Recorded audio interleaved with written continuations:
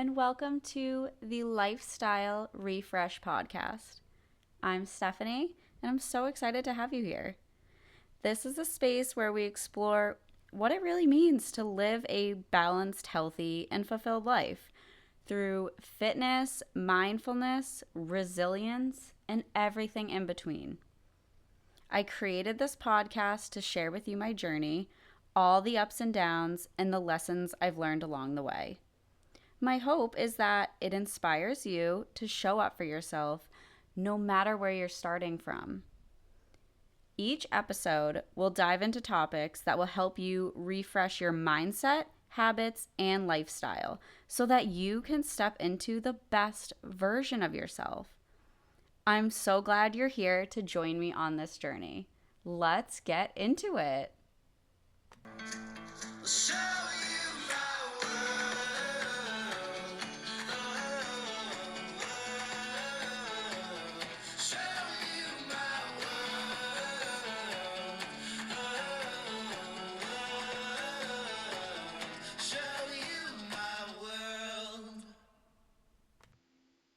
Hey everyone, welcome back to the parenting series on Lifestyle Refresh Podcast. I'm so excited to dive into today's topic because it's something that I've had a first-hand experience on. ADHD. I want you to know if you're a parent navigating this, whether you're in the beginning stages of wondering if your child might have ADHD, or you're deep into this journey, I want you to know that you're not alone. ADHD is one of those topics that comes with a lot of misinformation.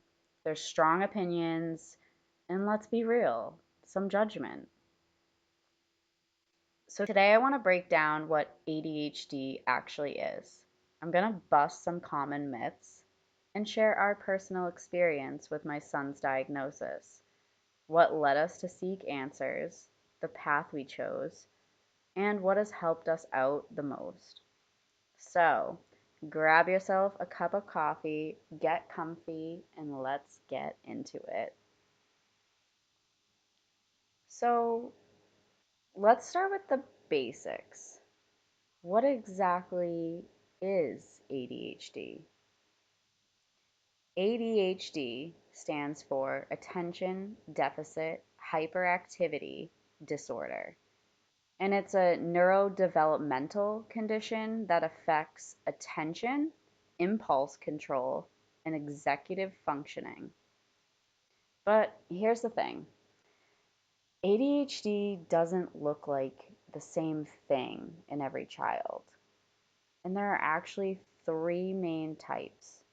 So there's the inattentive type.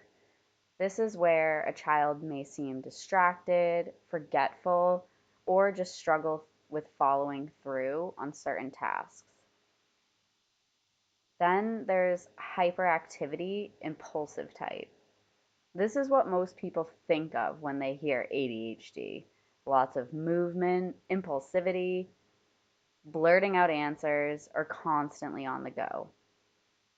Then there's a combined type, a mix of both inattentive and hyperactivity traits.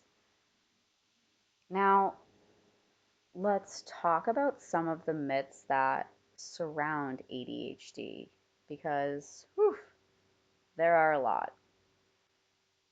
The first myth you might hear about is that ADHD is just an excuse for bad behavior. And that's not true. ADHD is not just a behavioral issue, it's a difference in brain function. The second myth, that only kids have ADHD. Nope, many adults also actually have ADHD, and it often goes undiagnosed. And the third myth, ADHD is caused by bad parenting or too much screen time. Again, false. ADHD is a brain based condition, and while environment can play a role in how symptoms show up, it's not caused by screens, sugar, or lack of discipline. So let's set that record straight. Now that we've covered what ADHD is, I want to share our personal experience with it. For us, the signs were there very early on. My son was always energetic, bright, and curious from a baby. He was from the second he was eating toddler, baby age, he was always on the go. But the older he got, we started noticing some more challenges. He had trouble focusing for long periods, he struggled with impulse control, and certain tasks that seemed easy for other kids just felt like mountains for him. And I can remember too, the more we started to realize this and that we needed more answers. It wasn't just him being a kid, there was something deeper going on. And as a parent, I wanted to give him the best tools to thrive. He struggled a lot in school, and there was a lot of push for a diagnosis from that end. And getting a diagnosis doesn't, it's not an overnight thing. So we talked with his teachers, his doctors, and specialists. After so long of struggling and trying to find strategies and solutions, they called in for evaluations at school. So we went through the evaluations. He did observations. A lot of processing went on, and we got the official diagnosis. I had a mix of emotions: relief, guilt, worry, but also clarity. So, what did we do next? Now we have, okay, here's the diagnosis. He's got it. Now you go to the doctor and you get him on any medication to help with ADHD. That's the protocol. My son is 7. And for me, even growing up, ADHD was present in my life. One of my brothers has ADHD, and that was kind of when medicating was became a big thing. So having that in the back of my head, I didn't necessarily envision that path for my son at such a young age. And now I know medication is important and works for a lot of people. It can be life changing for a lot. But, and it might be for him, and he can make that decision down the road if he wants to. But for him at such a young age, where his parents are responsible for making that decision, going straight to that one option wasn't it for me. We looked into therapy, we tried the lifestyle shifts, parenting strategies, plans. We made changes at home, from structuring our routines to adjusting how we communicated expectations. And that all has helped. And I think staying consistent in all of that is so important. But we also did choose to take a different route with medicating. And I'd love to share that with you all because I want you to know that that's not your only option. There are other options out there and more natural routes. So while I do have my son on supplements and medications, they're all homeopathic ones. So it just makes me feel a lot more comfortable knowing that we're taking this more natural and holistic route than forcing my child, my 7-year-old, to take pills daily to go to school. So, in terms of helping them out at school with his hyperactivity or inability to sit still and attend to the lessons that he was supposed to be attending to at school.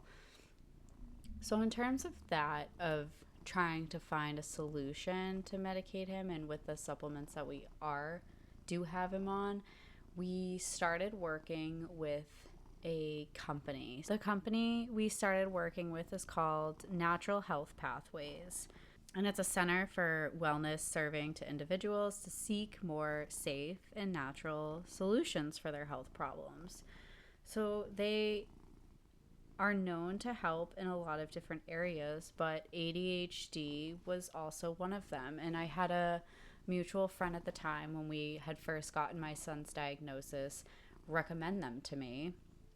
And the girl we started working with is amazing, and she's so sweet and nice, and we've been able to do all of our sessions via phone call or Zoom, which has been so convenient and nice.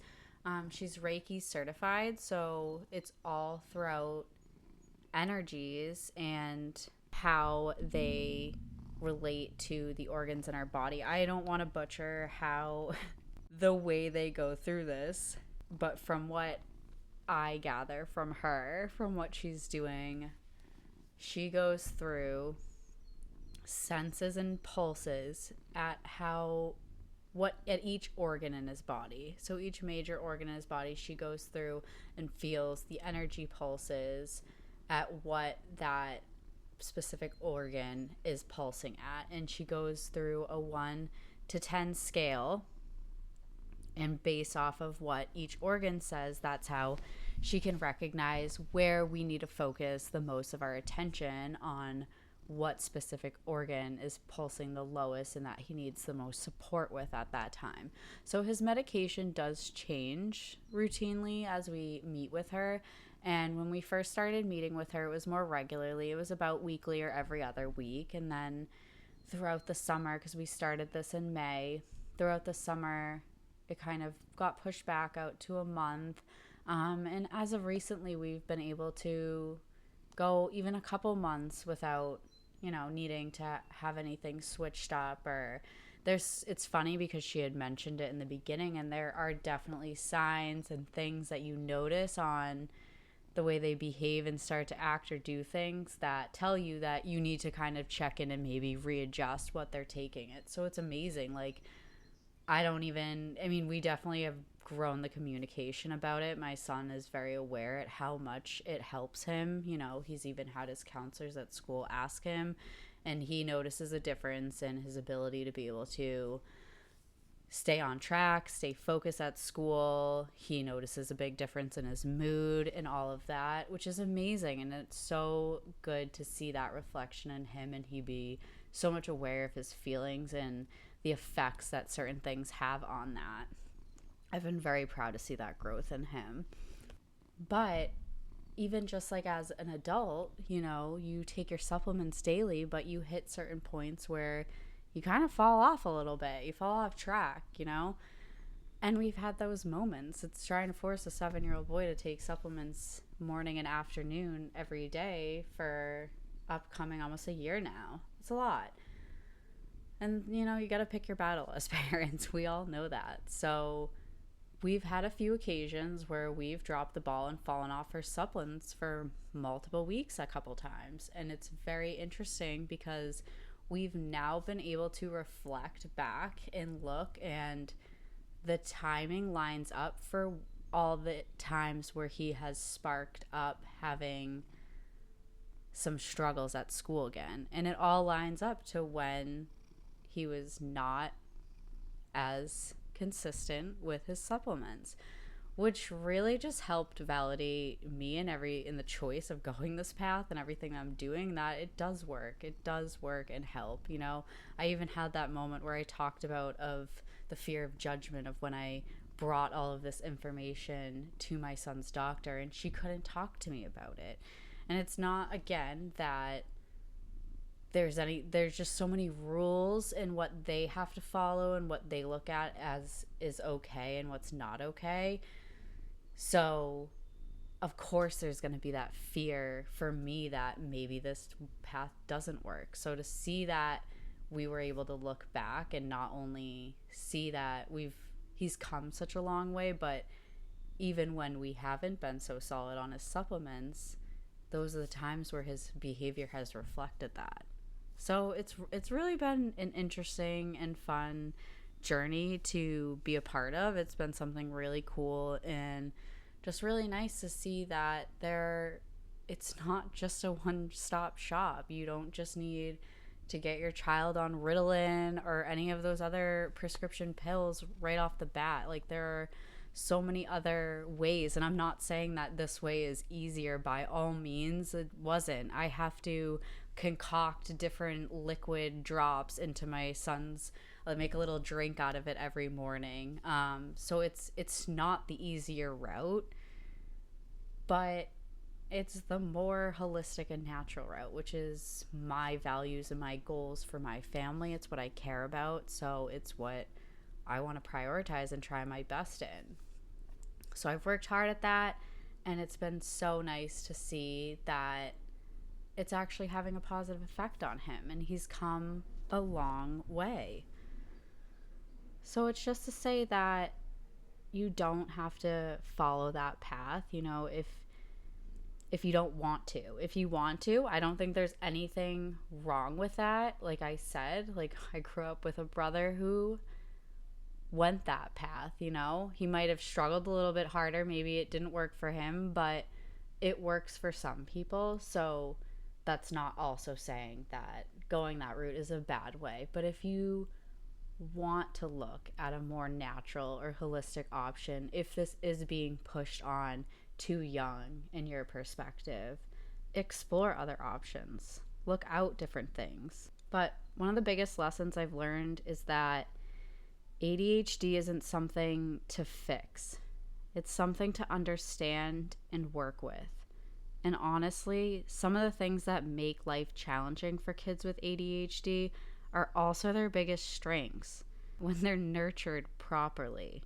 My son is incredibly creative. He's passionate, and he always is thinking outside the box. Those are gifts, not deficits. So find a way to lean in to those strengths and find them in your child.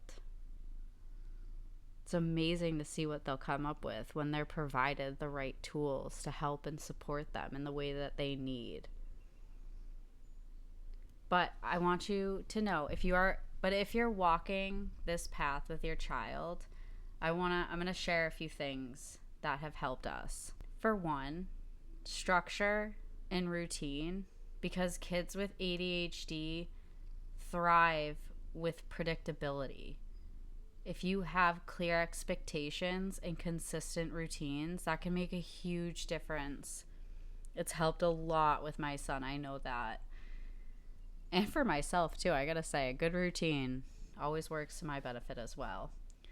But another one is just having clear and simple communication. Stop the long instructions, because I've even had to stop that. I'm always an over-explainer. And sometimes there is a moment for that. When we do get into the whole feelings discussion, it does get a little bit deeper. But if I need something or I have to ask, I notice I can't ask my son a list of things to do. It needs to be like, you need to break it up like one task at a time. So use short, direct steps. Another one is helping with emotional regulation, which we're also going to go into on a whole other episode. But big emotions come fast with ADHD. So kids thrive with having a self-soothing technique like deep breathing or movement breaks. Those are all key. But let's talk about also school and advocacy, because if your child has ADHD, working with their teachers and school can be a game changer. Whether it's a 504 plan or an IEP, there's a lot that gets thrown at your way when you first get thrown into all of that. So I know how overwhelming it can sound and feel. But knowing what accommodations are available are so important. Also, mindset shift for us as parents. We need to learn that letting go of that idea that everything has to look a certain way. Again, embracing the uniqueness of our kids and focusing on progress over perfection, right? ADHD isn't a bad thing. It's just a different way of processing the world. And when we can support our kids in the right ways, they can absolutely thrive. If there's one thing I hope you take from this episode, it's that you're not alone in this. Parenting a child with ADHD comes with its challenges, but it also comes with so much learning, growth, and resilience. I'd love to hear from you. Have you gone through this journey? Are you in the middle of it? Send me a message and let's talk. And if this episode resonated with you, share it with another parent who might need to hear it. Next episode, we're diving into emotional regulation. So be sure to tune in. Thanks for being here, and I'll talk to you next time.